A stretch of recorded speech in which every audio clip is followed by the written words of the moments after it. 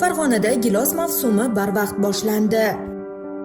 Ilgari yurtimizda gilos asosan may oyida pishib, bozorlarga chiqarilar edi. Bugun esa zamonaviy yondashuvlar samarasida aprel oyidanoq shirin va mazali giloslar aholi dasturxoniga yetib bormoqda. 2022-yilda harakatni boshlaganman issiqxonani. Ko'chatda o'shanda ekkanman. Ko'chatda ekib, o'sha 5 yil davomida mana shu holatga keltirdim. Maqsad endi yangilik yaratishda.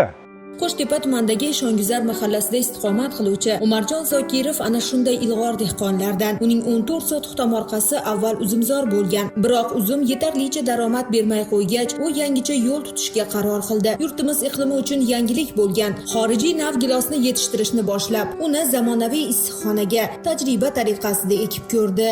Dadamda o'zi qiziqish baland bo'lgan, dadamda o'zlarida. Uzumda hamma navini ekkanlar o'sha paytda bekka. Keyin menda yana yangilik intilish bo'lib, Real Tiago degan sortini olib kelayotganman. Turkiyadan, chet eldan o'sha olib kelib berishgan, o'sha ko'chatimdan shug'ullanayotgan holda olib kelib berishgan, o'shalarni olib ekkanman. Ona yurti o'zi Amerika.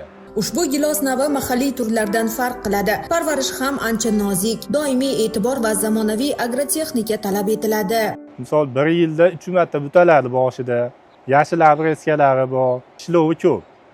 Hosilga o'sha 5 yilda kiradi. 4-yil olishni boshlaydi dehqon, 5-yili massaviy yil bo'ladi. Buni tavakkal ekkanim o'zini o'zi tayinlaydi.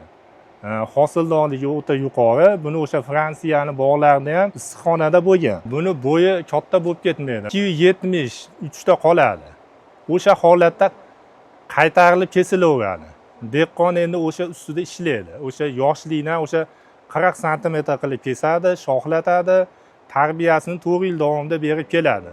Issiqxona sharoitida tomchilatib sug'orish tizimi orqali daraxtlarning suv va o'g'itga bo'lgan ehtiyoji aniq me'yorda ta'minlanmoqda. Bu usul nafaqat resurslarni tejaydi, balki hosil sifatini ham oshiradi. Dehqonning fikricha, bunday sharoitda yetishtirilgan gilosning ta'mi va ko'rinishi ochiq maydondagidan yaxshiroq bo'ladi.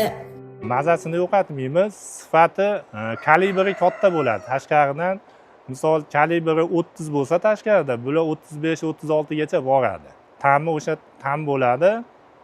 Mikroklimatdan sug'orishdan maqsad namlikni ushlab turiladi, suvdan tejaladi. Gilosni o'sha suv beriladi ham mahallida, vaqtida beriladi, vaqtida to'xtatiladi. Issiqxonada namlik yuqori bo'lib ketmasligi, o'sha mo'tadil ushlashga o'zini holatida.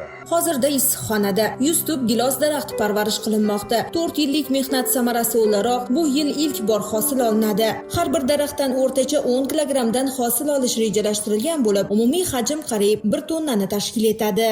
Bozorda endi hozir 150 mingga ham gilos bor, 120 mingga ham gilos bor, 300-400 mingga ham gilos bor. Naviga qarab giloslar. Biz ham endi yuqori natijani kutyapmiz. Bu navdan hozir ko'p O'zbekistonda, ochiq dalalarda ko'p, yopiq joyda kam, o'ta kam.